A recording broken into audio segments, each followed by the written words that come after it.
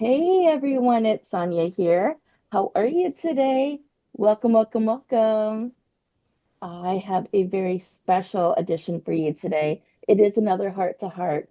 So for those that have landed from, a different profile or from searching, a heart to heart means there's a video component and that can be found with the same episode number up on my YouTube channel. So it's great because you get to see the facial expressions, the way we connect with one another, and that feeling of our vibe follows through with you too. It's like you can't help but smile when someone smiles back. That's exactly what this episode's about today. Giving some of our younger listeners hope in an area that we don't talk about very much because, let's be honest, we take it for granted unless we're walking through it ourselves. So, Erica, will you please take some time and introduce yourself? I'm Erica Hoke. I'm a fertility coach, and I came to be a fertility coach because I went through my own infertility journey, and at 35 was told that I couldn't do IVF, which was my backup plan, um, and that I had less than a 1% chance of getting pregnant, and then I would need donor eggs. And so I wasn't ready to make that leap before I did everything that was within my power to make health changes to improve my fertility and see if I could get pregnant naturally.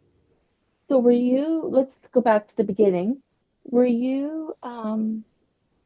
what would you say your shape and size were at that point when you were starting your fertility journey without knowing? Yeah, without knowing.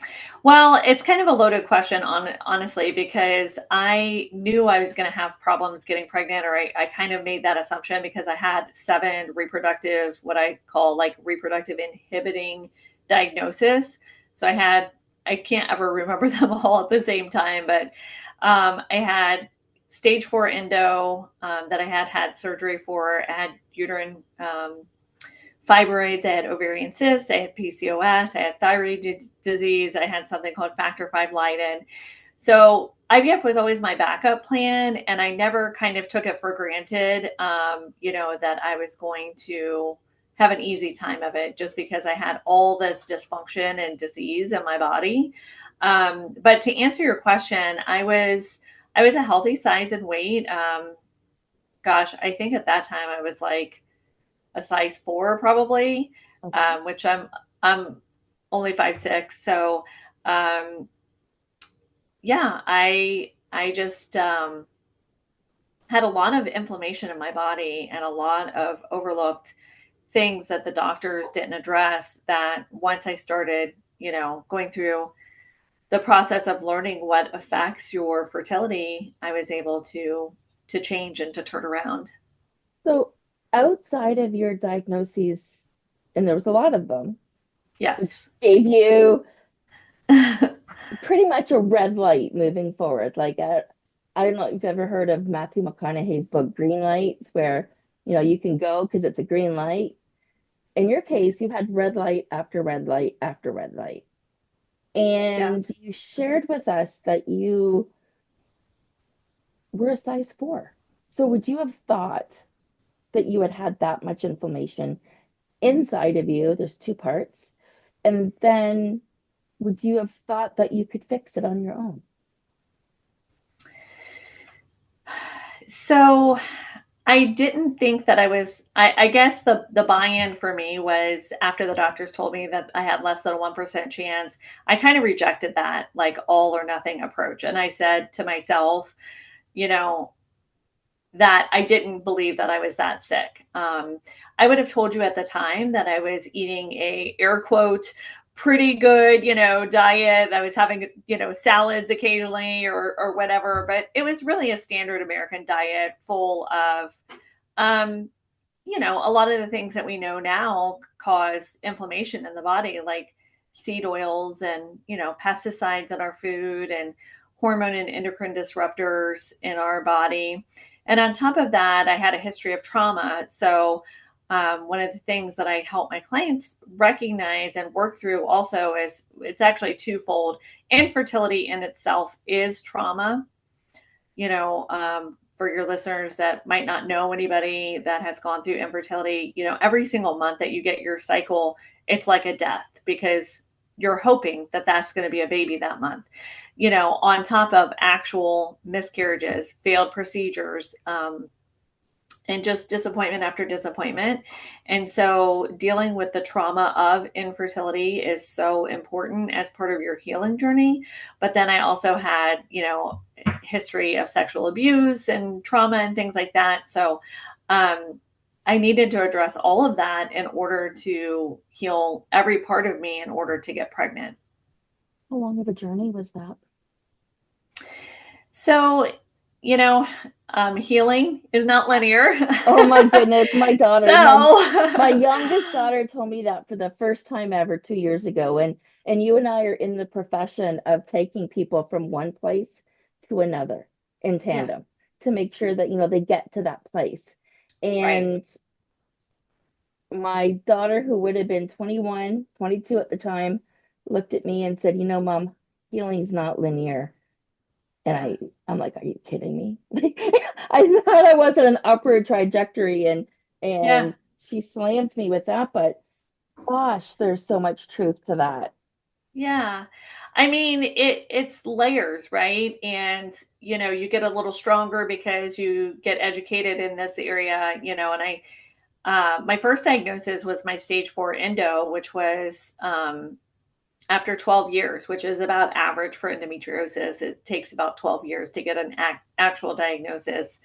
But I was also doing talk therapy at that point and doing other things along the way that were putting me in a place mentally to help myself, if that makes sense. So, Yeah. once I was told that I couldn't do IVF and I kind of doubled down on anything holistic that was in my control, um, I think that this is the question that you were asking. It was about 18 months until I got pregnant for the first time. Okay.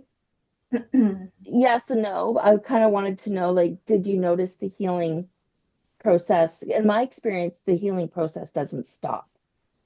Yeah. Yeah, would you say the same for you? Yeah, absolutely. And sometimes the healing, I just want to say this, is not just for you. I can't be, I have to appreciate where I've come from as far as my infertility journey. And I know, as hard as this might be here to hear from a listener who is going through their own infertility journey, I would be a much sicker mom today raising my children, and my family would not be as well because they have the same genetics. So doing the same things that I was doing would just create more dysfunction and disease in my family. So I have to be grateful that I'm able to have learned what to do to reduce inflammation, and take control of your own health, be responsible for your own health, because I'm able to now pass that along to my own family. Well, not just your family, but your audience and other, Community. yeah, your other people audience is now your bigger Yeah. community. And a lot of it is shared with what you don't share. If that makes sense. I'm going to say it again. Yeah. It's a bit of a mind warp, but a lot of healing is done in the areas that we don't share, but yet it comes out of us through light. It comes out of us through ideas. It comes out of us through love.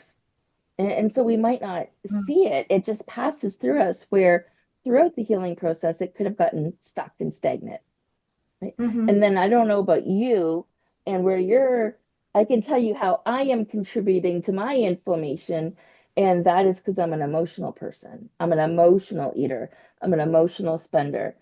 Once you know that, you can work with that. But you Mm. can't work with that on any journey that you're on until you admit it, Right. right? Yeah. So you said 18 months to have your first Mm-hmm. pregnancy or Yep. baby. Tell us more. Um, let me think about that for a second. 18 months for the pregnant for me to get pregnant, and then I got pregnant 27 months later with a set of twins. And then 27 months after that, I got pregnant again. Um, very much to my surprise, we lost a second set of twins. And then 27 months after that, I got pregnant with my last son, who was born just before I turned 43. Okay, so how many children do you have? I have four sons, Four sons, and and the one of them's a set of twins, yeah, yep. and you lost a set in between. Did you only gonna Yeah. sound awful, and it's gonna sound No, I wrong. understand. There is Yeah. no right way of anybody asking this, and I am curious for our listeners. Did you just lose the one set of twins, or were there more? Right. So this is something in the infertility world that is kind of a dig for people, right? No one wants to experience miscarriage, but if you don't know if you can get pregnant, it's really hard to, process that month after month. So I never had any miscarriages until I got pregnant with my first son. And one of the conditions that I have is a blood clotting disorder, and so I know why I lost my second set of twins. And unfortunately, it was just neglect of getting proper medical care quick enough. It was just like a perfect storm of circumstances where when I got my positive pregnancy test, it was the office was closed and it was a 4-day weekend, and it was like all of this kind of, and the fact that it was twins, I needed the medicine on board faster than they could get it to me. So, um, to answer your question, no, that was my only loss. Never to diminish anybody's miscarriages, because it is truly a horrible experience to go through. Well, and you said it best when you said it not that long ago. There is trauma in infertility. There Yeah, is trauma in wanting more kids, and all of a sudden something's not working, or you keep on right. losing a bunch in between. And if you don't have time to heal, it has a huge impact. Like, Mm-hmm. did you give yourself enough time to heal in between? Oh, absolutely. Yeah. I would say, for a number of different reasons, that pregnancy that I ended up losing was such a shock, right? I mean, I went from going through infertility to getting pregnant when I had a 3-year-old, two 17-month olds, and then I'm now pregnant again, which would, if you would have done that math, I would have had a 4-year-old, two-year-olds and two newborns. Like, it was such a an odd and overwhelming feeling, with this unexpected pregnancy. Certainly welcomed, but just kind of um, came out of left field, so to speak. So, um, again, all of those experiences teach you something about life and something about yourself. And I'm definitely able to connect on a much deeper level with my clients, because of that. And, you know, just God working it out, right? Well, and So, that's what came to mind, right? Is you have to trust that there's a bigger picture. You have to trust that yeah, there's something bigger guiding you through this, just as we do with coaches, right? Guiding you through, but at the yeah, other end, there's a beautiful story. So I would imagine it is much easier to share details one-on-one with somebody as they're going through it yeah. versus on a larger platform like this. Hmm. Um, but what you do share is so valuable because if the people listening to this between our two audiences, I might have, believe it or not, some of the parents of the kids trying to Yeah, get pregnant. And now they've got a greater understanding as to what to say or what they're going through. It is a loss. yeah. It is It traumatic. absolutely is a lot. Yeah. Yeah. And, people in their in their own selves try to be helpful, say, oh, it was early, or thank goodness it was so early, or you can try again, or any of the things that people say when they find out someone's had a miscarriage. But honestly, when you're trying month after month, it is it is for sure, in the mind of the woman going through the infertility process, a loss, a death. Just call it what it is. Yeah, it Um, is. and, part of the reason that I connected with these other authors to write my infertility success series was not only for the women going through infertility who don't want to be on social media, don't want to see the birth announcements and the pregnancy announcements and all the things. They just are completely off of the off of all social media, so that they had resources. But it's also such a valuable resource to families who have loved ones who are going through infertility, because I'm sure that most of them wouldn't imagine, as one of the authors said, that she encouraged her husband to divorce her, to leave her and go find somebody that could give him a child, because she felt so broken and so ashamed and so frustrated that she wanted her husband to be happy. She felt like he was going to be a great dad.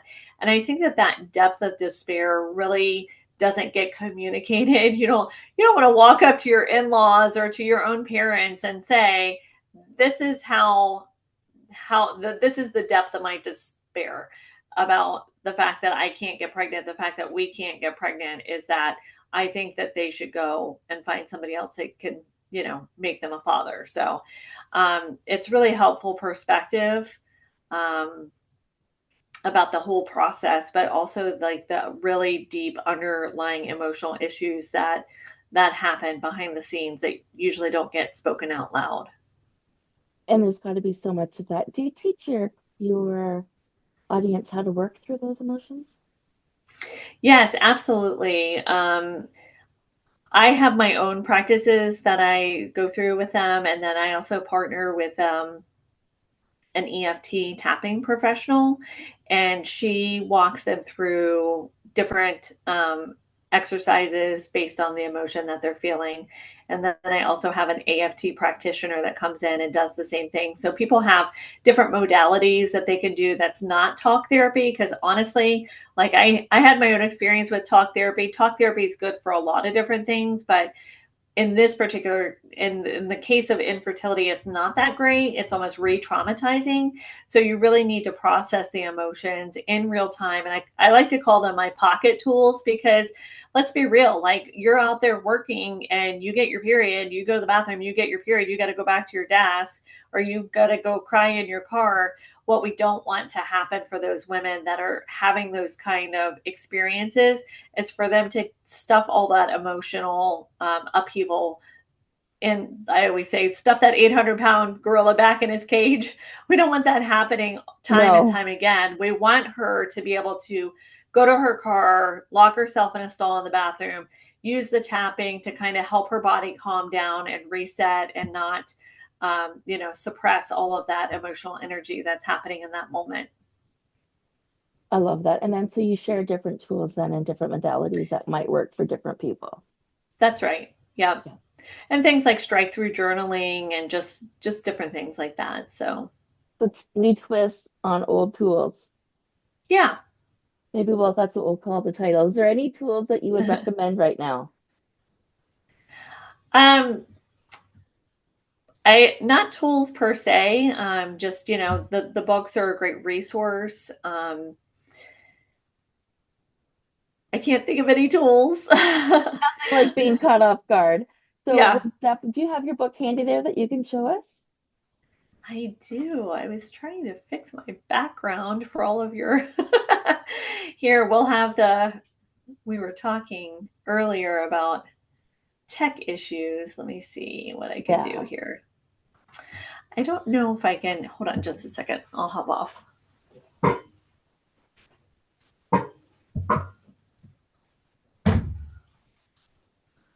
Oh, you were attached to your computer.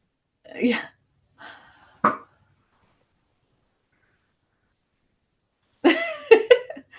Only because we're watching. Only because Very, we're very all elegant. very right? elegant today. We're seamless. Everything is seamless. Such is Um, life. Anybody that's listening is still listening. Infertility yeah, success. I love yeah. it. I love it. So Okay. let me see if I can And get it without it blurring out. But that's it. And the it's a four-part series actually. There's infertility success, stories of help and hope for your journey, and then there's more stories for your journey. So each of the books cover areas that I really wanted to shine a light in those dark areas where people feel shame. They feel like they can't say these things out loud. But also, the books are not really told from the lens of just us telling our memoirs. Like, that's great. We went through it. What does it mean to the reader? Well, what it means to the reader is we really stopped and said, man, I wish somebody had told me this right now before I took this test or did this procedure. I wish I had this information. I wish I knew to ask the doctor this. So I'll show you since I hopped off and got the book out.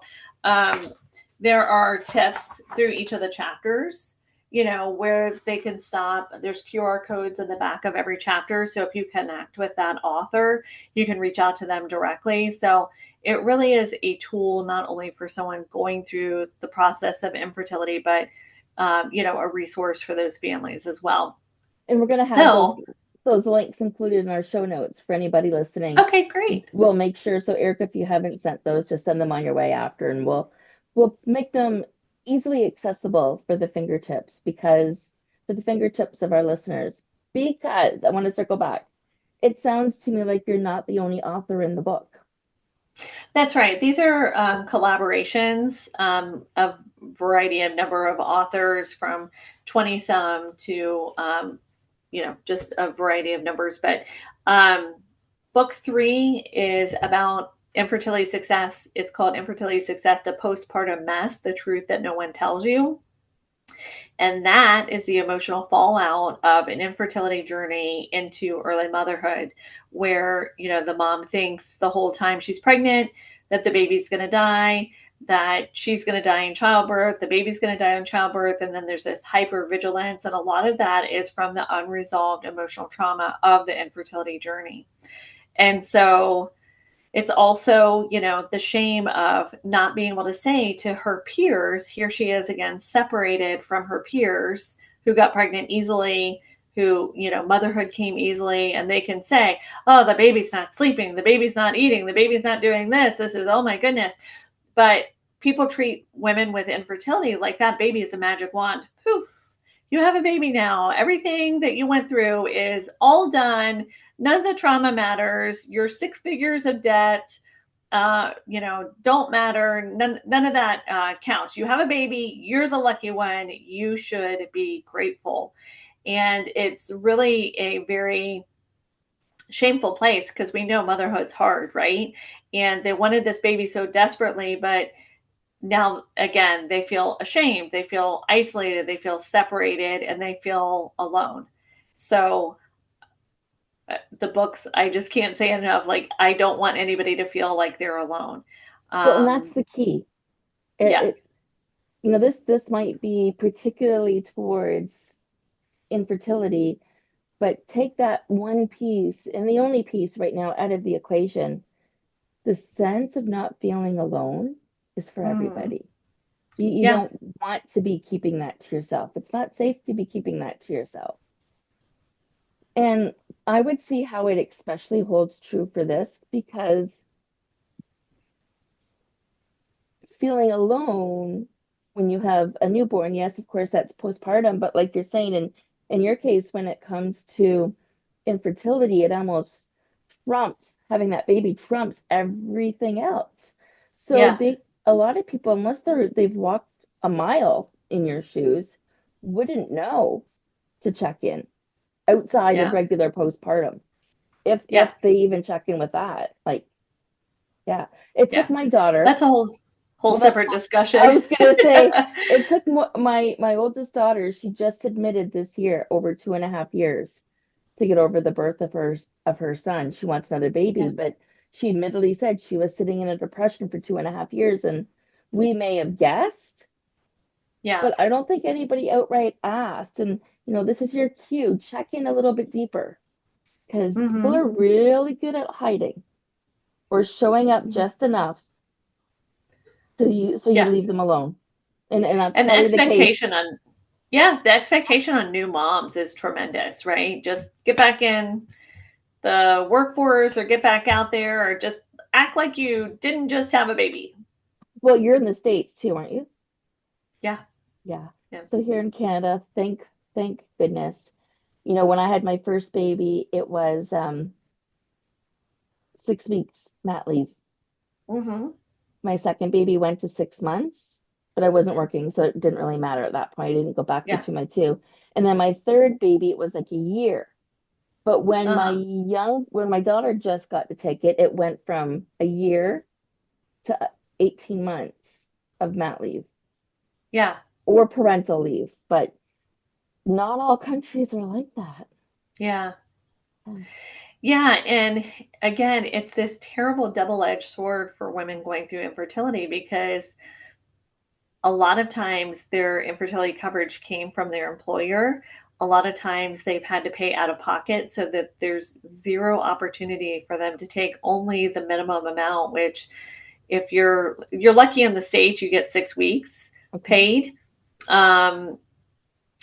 Sometimes up to 3 months, but you hardly ever hear. It's a little bit better now. I guess there's some other companies that will do 6 months maternity leave, but um, a lot of these women don't have the opportunity because of the journey itself and the expense of it. Again, some of that's changing for the better, with coverage and things like that. But But still, that's got to yeah, be a qualifier for a lot of people to get fertility help. yeah, pressure Like, cooker yeah, situation. yeah, 100%. So, And the same thing of being all things. Once that baby's born and you're back at it, you are yeah, expected to silently be all things. Be the right, mother, be this, be that, but just do each role independent of the other without any crossover feelings or emotions. right. Yeah. And Yep. how long does that last, Erica?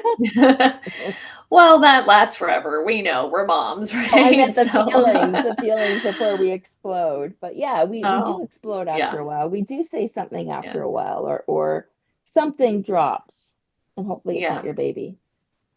yeah, I only dropped yeah. mine once. Actually, in all fairness, of my three kids, I dropped one. We did hip hip hooray.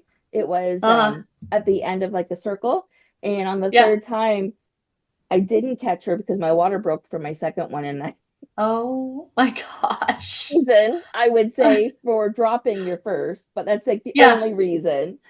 yeah. Um,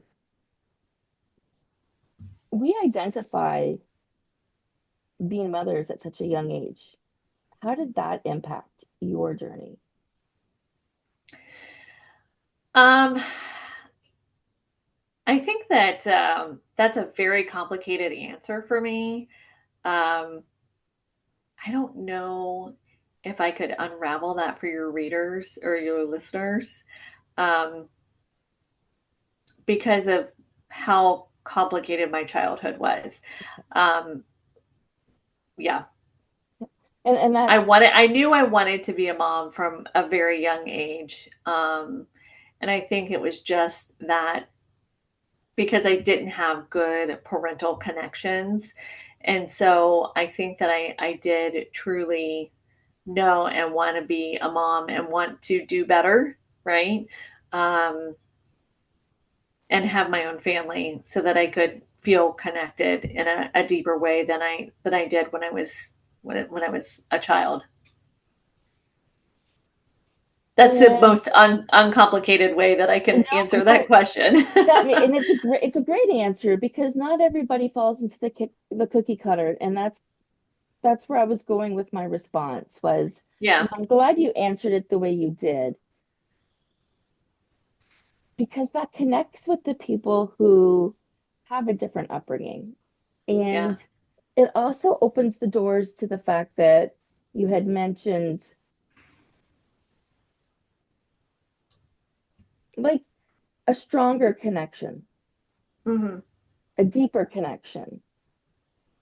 And again, I would say that's personal from person to person, what leads them through this. What is one of your biggest takeaways of having the journey that you're on? Like, can you sit here now and say this all happened for a reason? Oh, 100%. Yeah, And now, 100%. what point in your journey was it your wake up call? Like, this is all, because I'm sure you spent more than your fair time in tears and looking at your bank Oh, account, wondering, absolutely. how are we going to do this? Yeah, And yeah. trusting into God. So, yeah, how magical does that feel? It's still pretty like unbelievable, which is kind of how I ended up sitting here, is because I would tell my story to people and they were like, no, that can't be true. Like that didn't happen. You didn't have all of those things reproductively wrong with you and still got pregnant on your own. And I was like, no, but I did. And this is how I did it. I know exactly what I did.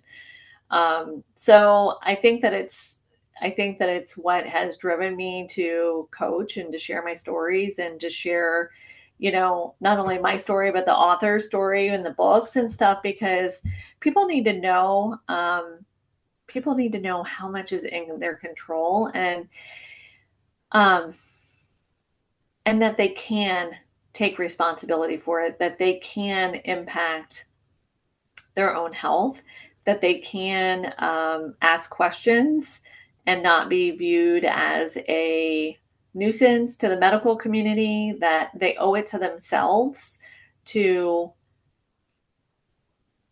grow in this area of self advocacy. Yeah, yeah, I can see that.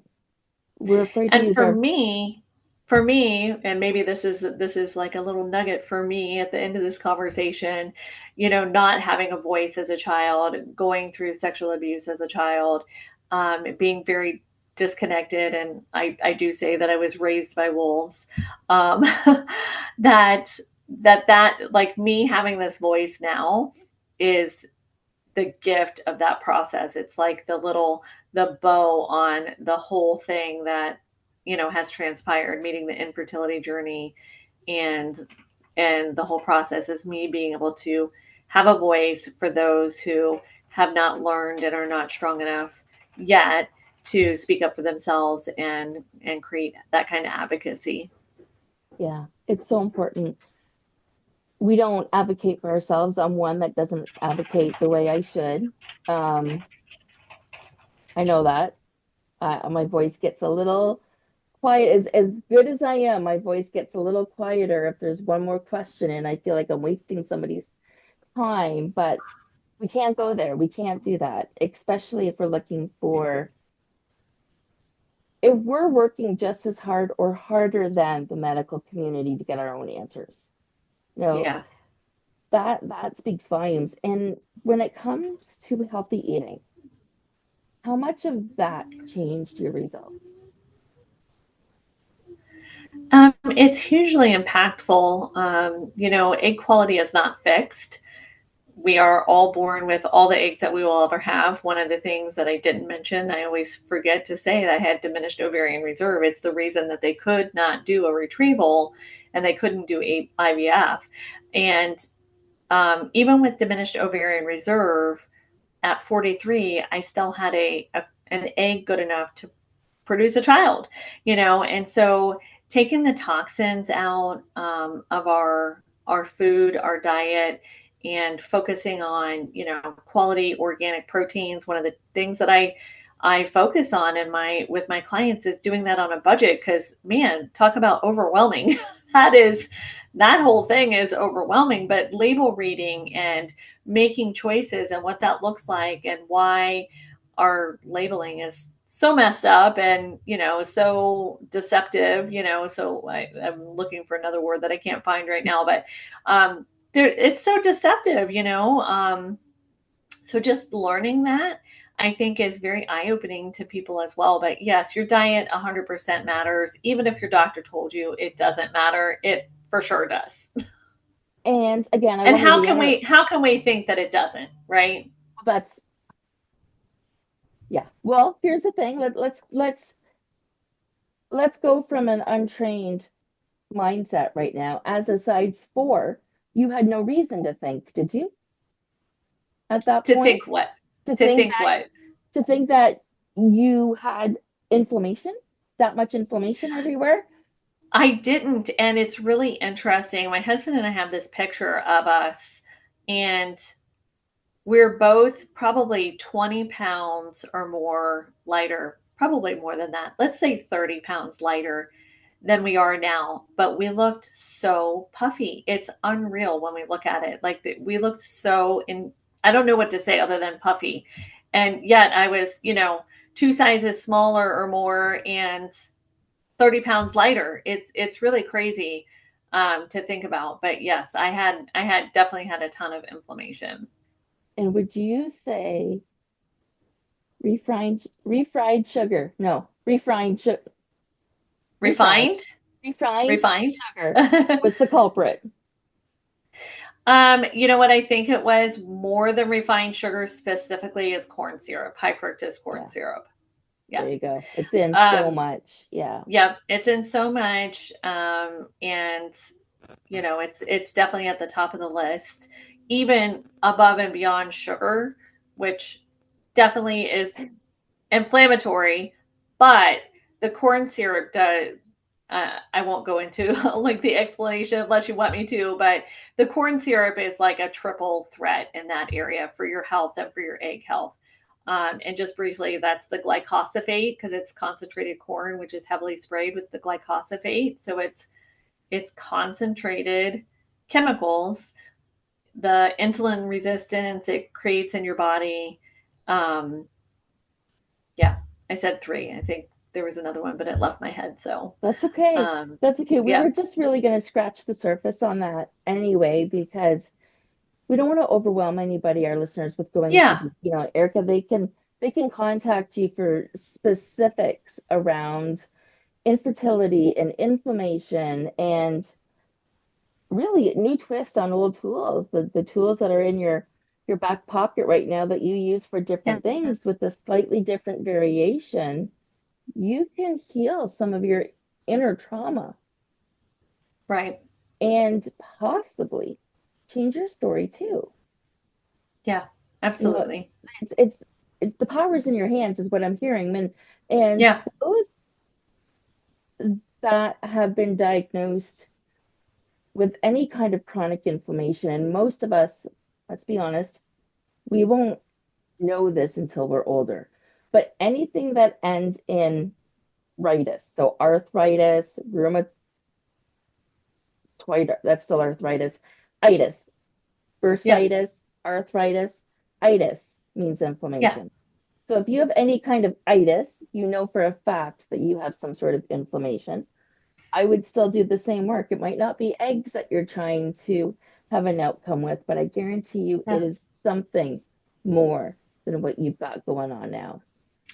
yeah. And even things like perimenopause and menopause, all of this is basically at the root hormone and endocrine disruptors and inflammation. So whether it's the diet, whether it's the chemicals that we on our clothes and our personal care products, all of that is affecting the quality of your health, and it's all completely within your control. um, Sometimes it Organic, takes a little bit more work than you really honestly want to do, as far as like learning how to label read and things like that, but the benefit is you know the benefit is huge for your health. it's huge. And one of the other points I was reading the other day that we don't wrap too much around this, and I'm just again going to scratch the surface on this before we leave, but you had mentioned your whole body and your skin is your largest organ. Yeah, And so many of us will put whatever on our yeah, skins. We'll use whatever face wash, whatever body wash, hmm, without thinking twice, is it organic?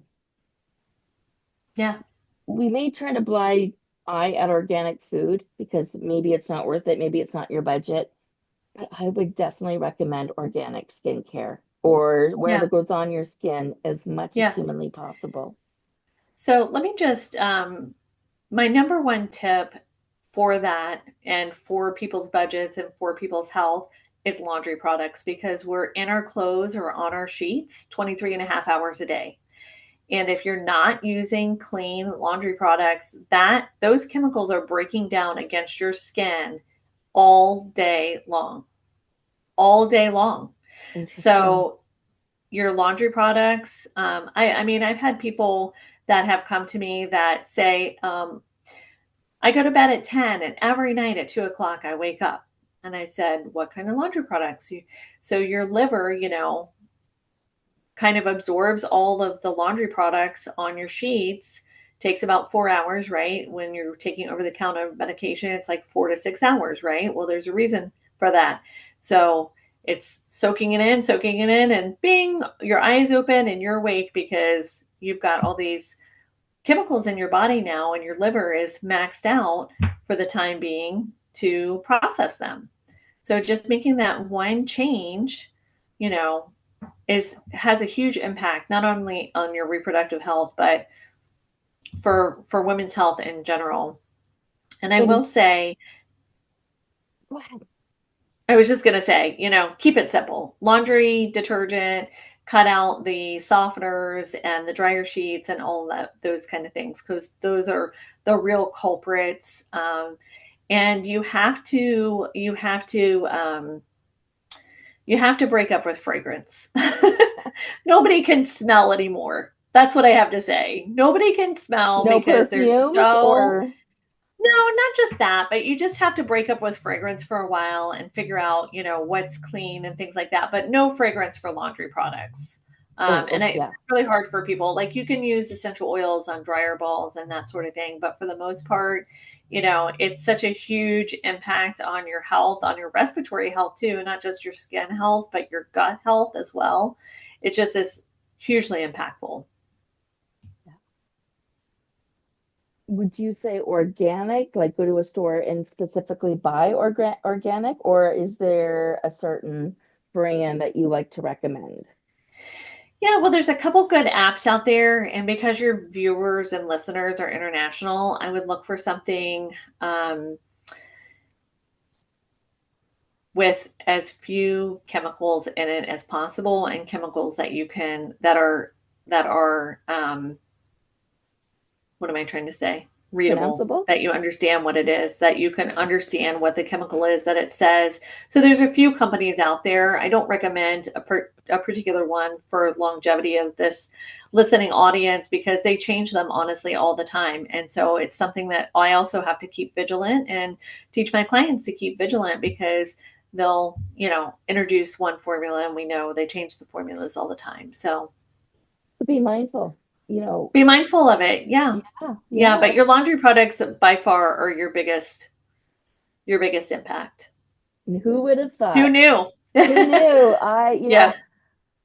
I was thinking of that list the other day and I'm like, I need to go back to organic skincare. I've been off of Yeah. it for a couple of years and it's not helping in menopause. Yeah. I'm sure of Yeah. it. It's not helping with my healing. I'm sure of it. Yeah. Right? Yeah. There's a hiccup there. Is there Yeah. anything else, Erica, you would love to or feel the need to add? I just want your listeners to know that just because a doctor tells them that they can't help them, it doesn't mean that they can't get pregnant.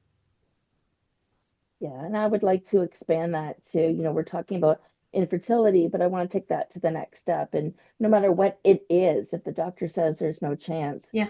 what do you have to lose Yeah. by doing your own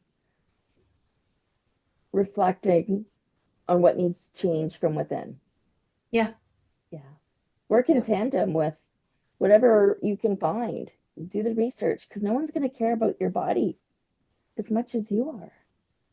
100%. Absolutely. Well, thank you, everybody, for being with us today. Erica, it was great meeting you and learning so much about your fertility journey. I know there's so much in between that we didn't get to, but that's okay. That's okay. Yeah. Thank you for having me on. Oh, my pleasure. My pleasure. And if you guys have any questions, we're going to have all of Erica's contact information in the show notes. My information will be there as well. And I would love to hear how you come across this, whether it's through Erica's audience or through mine or through the podcast or YouTube, send me a quick message with how you found this information. And be sure to follow and subscribe because we are 3 episodes away from recording episode number 200. So exciting. Bye, everybody. Thank you.